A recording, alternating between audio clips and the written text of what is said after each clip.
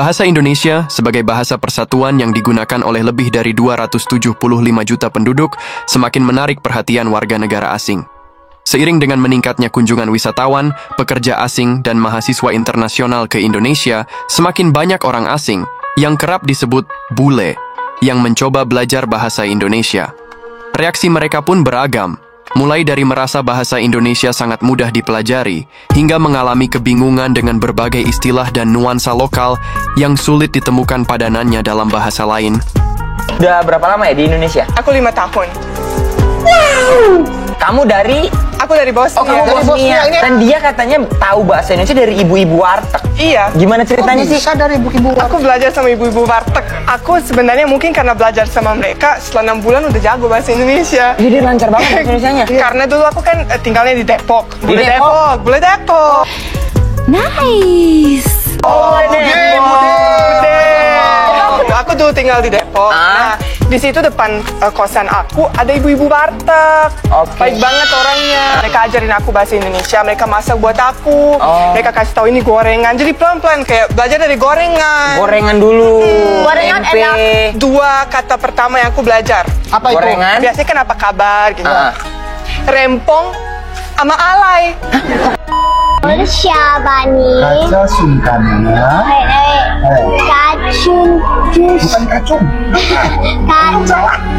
Hello guys. Oh, naskah keagamaan. Can you read this for me? No.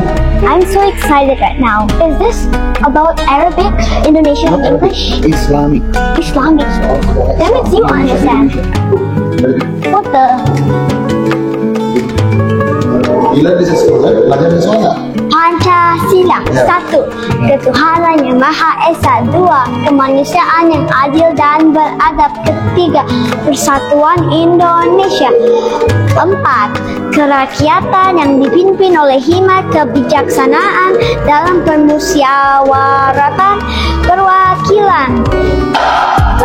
5. Keadilan sosial bagi seluruh rakyat Indonesia. Nah, Malawan tanah tanah melawan tanpa ini apa? gantan minum dulu mengalami zaman gila serba sulit dalam pemikiran kulit Kulit ikut. They call it keris. Keris, a small sword for the Islamic. crispy Bukan kok crispy. oh Kok tidak kiwis. oh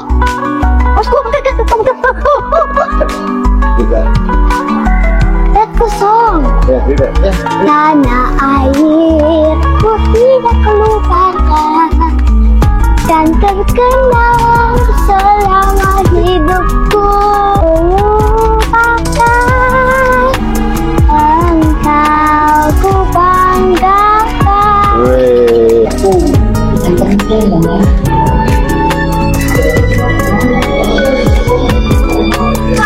Bye guys, thank you for watching my video. Banyak bule mengaku terkejut dengan betapa sederhana struktur dasar bahasa Indonesia dibandingkan dengan bahasa-bahasa lain yang mereka pelajari. Salah satunya adalah Maggie, seorang guru asal Australia yang tinggal di Yogyakarta. Saya kaget karena tidak ada kata kerja yang berubah-ubah. Tidak seperti bahasa Spanyol atau Prancis yang harus menghafal konjugasi. Di sini, makan tetap makan untuk siapapun, katanya. Kemudahan lainnya adalah pelafalan yang konsisten dan sederhana.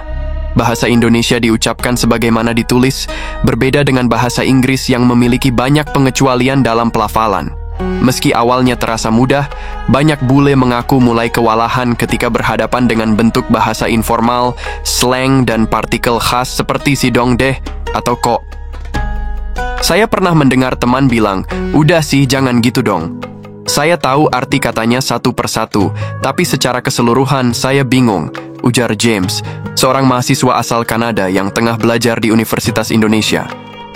Partikel-partikel ini memang tidak memiliki padanan langsung dalam banyak bahasa asing dan lebih bergantung pada konteks dan intonasi. Hal ini membuat banyak pembelajar asing merasa kesulitan memahami emosi atau maksud yang tersirat.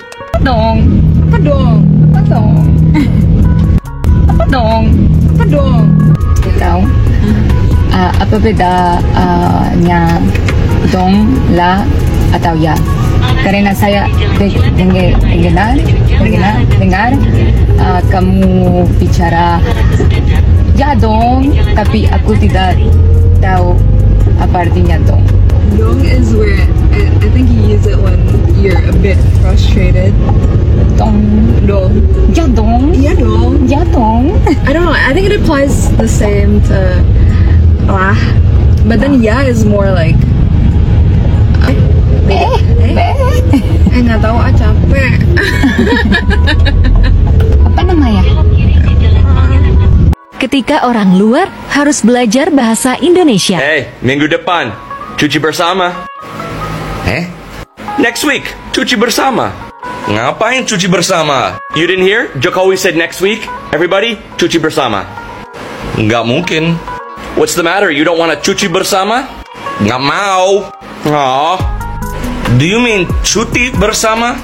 What's cuti bersama? Cuti bersama means everyone has a holiday. Oh, cuti. Then what does cuci mean? Yeah, cuci bersama means everybody washes together. Oh, yeah, that's weird. Tak hanya partikel, bule juga dibuat terkejut oleh bahasa gaul yang sering digunakan anak muda di Indonesia. Kata-kata seperti baper, bawa perasaan, mager, malas gerak, ngab, hingga singkatan seperti OTW dan BTW yang dipakai dalam percakapan sehari-hari menjadi tantangan tersendiri. Saya kira saya sudah mengerti bahasa Indonesia dasar, tapi begitu saya nongkrong sama teman-teman di Jakarta, saya merasa kembali ke nol. Banyak kata baru setiap minggu, ungkap Sophie, warga Jerman yang tinggal di Tangerang. Namun di balik kebingungan itu, banyak bule justru merasa tertarik lebih jauh untuk mengenal budaya Indonesia lewat bahasanya. Mereka menemukan bahwa bahasa Indonesia tidak hanya sebagai alat komunikasi, tetapi juga sebagai kunci untuk memahami nilai-nilai sosial masyarakat. Saya suka bahwa orang Indonesia sangat sopan. Cara mereka menyapa dengan Pak, Bu, Mas, dan Mbak menunjukkan penghormatan.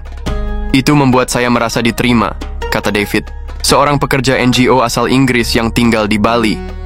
Tak sedikit dari mereka yang akhirnya jatuh cinta pada bahasa ini dan bahkan membuat konten edukatif atau humor tentang pengalaman mereka di media sosial. Pakar linguistik dari Universitas Gadjah Mada, Dr. Retno Sari, menilai bahwa meningkatnya minat orang asing untuk belajar bahasa Indonesia adalah hal positif yang patut disambut dengan serius. Kita perlu menyediakan materi pembelajaran yang lebih adaptif dan kontekstual. Tidak cukup hanya mengajarkan struktur formal, mereka perlu dikenalkan juga dengan bahasa sehari-hari, bahasa gaul, serta perbedaan budaya tutur, ujarnya. Menurut Dr. Retno, tren ini juga membuka peluang besar untuk mempromosikan bahasa Indonesia di kancah internasional, termasuk sebagai bahasa resmi ASEAN yang sedang dalam proses pengakuan lebih luas. Reaksi bule yang beragam saat belajar bahasa Indonesia mencerminkan kompleksitas dan keunikan bahasa ini. Dari kemudahan struktur hingga nuansa budaya yang dalam, bahasa Indonesia menawarkan pengalaman belajar yang tak hanya bersifat akademis, tapi juga emosional dan sosial. Di tengah dunia global yang semakin terhubung, kemampuan bahasa menjadi alat penting membangun jembatan antar budaya. Dan bagi banyak bule, bahasa Indonesia adalah pintu gerbang menuju pemahaman yang lebih dalam terhadap negeri Nusantara ini. Belajar bahasa Indonesia bagi para bule adalah perjalanan yang penuh kejutan, tawa, dan pelajaran budaya. Dari awal yang tampak mudah hingga tantangan memahami partikel kecil dan slang lokal, semuanya memberi warna tersendiri.